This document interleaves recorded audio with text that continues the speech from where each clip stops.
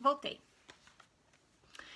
Um ano antes desse incidente com as placas de Kinderhook, ou seja, em 1842 agora, um ministro inglês chamado Henry Caswell, ele estava visitando Nauvoo. E ele teve uma experiência muito interessante com Joseph Smith, em abril de 1842. Ele pôde ir visitar o local onde a igreja havia feito uma exposição das múmias do Egito, que a igreja havia comprado por uma fortuna na época, e também os papiros do Egito, dos quais Joseph afirmava ter traduzido, né? E tinha agora o livro de Abraão. E contaram essa história para Henry Caswell, esse ministro inglês. E ele ficou impressionado, mas ao mesmo tempo ele ficou com a pulga atrás da orelha. Ele pensou, será que esse homem é um profeta, um tradutor? Como assim? Ele pensou, eu vou testar a credibilidade dele e eu já sei o que eu vou fazer. Henry Caswell, ele tinha um livro baseado em fatos históricos, portanto era considerado um documento. Esse livro era escrito em grego. Caswell tinha conhecimento do conteúdo, né? Porque ele falava grego, né? Ele falava e lia grego. Ele levou esse livro até Joseph Smith. E ele falou o seguinte, eu trouxe esse livro para você, né? Porque eu escutei falar que você tem o dom da tradução, você é um profeta, né? E eu gostaria que você me dissesse se você poderia, né? Teria condições de traduzir esse livro para mim. Joseph pegou o livro, né? Deu uma folhada nas páginas, deu uma olhada, uma examinada e perguntou para Caswell: você tem alguma ideia do significado deste documento? Caswell falou assim, eu não tenho certeza, mas eu tenho a impressão que essa língua, esse idioma é grego, né? O que você me diz? E Joseph falou o seguinte, palavras de Joseph agora. Não é grego de maneira nenhuma. Talvez com exceção de algumas poucas palavras. Este livro é muito valioso. Ele é um dicionário de hieroglíficos egípcios. Apontando para a letra maiúscula no início de cada parágrafo do livro, ele disse o seguinte, essas figuras aqui são hieroglíficos egípcios. E os caracteres que se seguem são a interpretação destes hieroglíficos, escritos em egípcio reformado. Os caracteres e as letras que se encontram neste livro são as mesmas que estavam gravadas nas placas de ouro.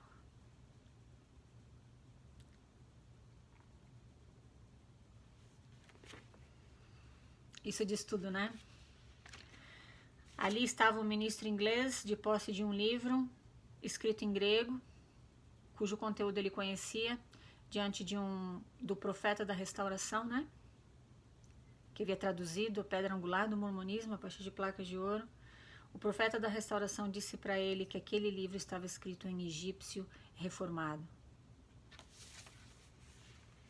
Caswell ficou extremamente frustrado, indignado, e ele pensou, ele é um falso profeta, está enganando essas pessoas, né?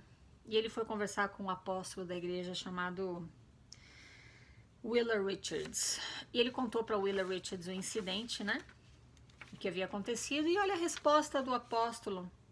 Dissonância cognitiva, já conversamos sobre isso. Precisa encontrar justificativas absurdas para manter a crença intacta. Wheeler Richards disse o seguinte, o apóstolo, às vezes o presidente Smith ele fala como um profeta e outras vezes como um homem. Se ele deu a opinião errada a respeito do livro, ele falou como um homem. Bom, o ministro Caswell respondeu o seguinte para o apóstolo, se ele falou como um profeta ou como um homem, isso de qualquer forma comprometeu a reputação dele, porque o que ele falou não é verdade. Se ele falou como um profeta, porém, ele é um falso profeta. Se ele falou como um homem, ele não é digno de confiança, porque ele falou com a positividade e atitude de um expert sobre um assunto do qual ele não sabia nada. Bom, Graham Palmer conclui este capítulo dizendo que existe um grande número de evidências que comprovam que Joseph Smith não tinha o dom da tradução, porém não existe nenhum que comprove que ele tinha. Esses três incidentes apoiam o argumento de Graham Palmer. Os papiros do Egito, sobre o qual nós já conversamos, e Graham Palmer nos explicou exatamente como foi fabricado. As placas de Kinderhook, que nós discutimos agora. E também esse livro grego, escrito em grego, que o ministro Caswell levou para ele. E ele disse que era egípcio reformado. Tudo egípcio reformado. Tanto as placas de Kinderhook, como o livro escrito em grego. O problema é o seguinte, como a igreja estrategicamente e muito inteligentemente já te ensinou que quando o teu cérebro produz dopamina, aquele sentimento que você acabou de ter é um testemunho do Espírito Santo dizendo para você que Joseph Smith foi um profeta de Deus e que o livro de Mórmon é verdadeiro. Quando você se apega a esse sentimento, porque esse sentimento é real, o teu cérebro produziu quimicamente o hormônio chamado dopamina. Quando você se apega a esse sentimento e associa esse sentimento a um testemunho, fatos perdem a importância.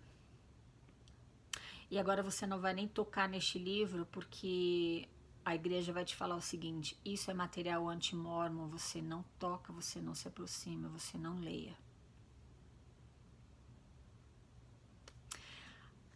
A escolha deveria ser tua, né? Você pode descartar evidências e se apegar ao teu testemunho baseado em sentimentos, que é algo absurdo, porque se você chegar diante de um juiz, de um júri real, você não pode falar, você não pode prestar um testemunho baseado nos teus sentimentos. Não, eu sinto, juiz, que essa testemunha aqui não cometeu aquele crime. O juiz vai dizer que você não está entendendo como isso funciona e vai te pedir para você se retirar da sala. Quando você vai prestar um testemunho no mundo real, você precisa de fatos. E eles estão aqui. Essa é só uma das fontes que te mostram fatos que comprovam que Joseph Smith não era um tradutor, ele não era um profeta de Deus. Ele era, sim, um falso profeta. Agora fica com você, né? Se depois dessas coisas que a gente conversou hoje, você ainda acreditar que Joseph Smith é um profeta de Deus e que tudo isso aqui é um absurdo, é tudo mentira, a minha sugestão para você é que você pare suas pesquisas sobre a história da igreja onde você está. Só pare e ignora e deixa para lá. Nem perde tempo comigo e nem com fatos. Desde a primeira até a última página desse livro, Graham Palmer apresenta as fontes de onde ele tirou esses fatos. A figura que Joseph Smith, a imagem que a igreja passa para você de Joseph Smith é uma figura falsa, é uma fábula. Ele não tinha absolutamente nada a ver com aquela pessoa íntegra, iletrada, humilde, fiel que eles passam para você aí no Brasil. Ele era o oposto de tudo isso. Nós vamos voltar a conversar sobre ele, nós vamos voltar a falar sobre o caráter dele, que não tem absolutamente nada a ver com a versão hollywoodiana que a igreja criou, poliu ao longo das décadas e que você acredita, você aceita e ignora os fatos que estão aí agora bem acessíveis para você. Na dúvida, não escolhe o teu testemunho ao invés de amizades e pessoas importantes na tua vida. Porque algumas dessas pessoas importantes na tua vida, elas escolhem os fatos. E você pode escolher os sentimentos, e tá tudo bem, e vocês podem conviver juntos e se respeitarem. Não vira as costas para essa pessoa porque ela decidiu usar a inteligência dela, o bom senso, se apegar aos fatos e abandonar a mentira e a farsa que é o mormonismo. Muito obrigada por me escutar. Falamos na próxima. Tchau, tchau.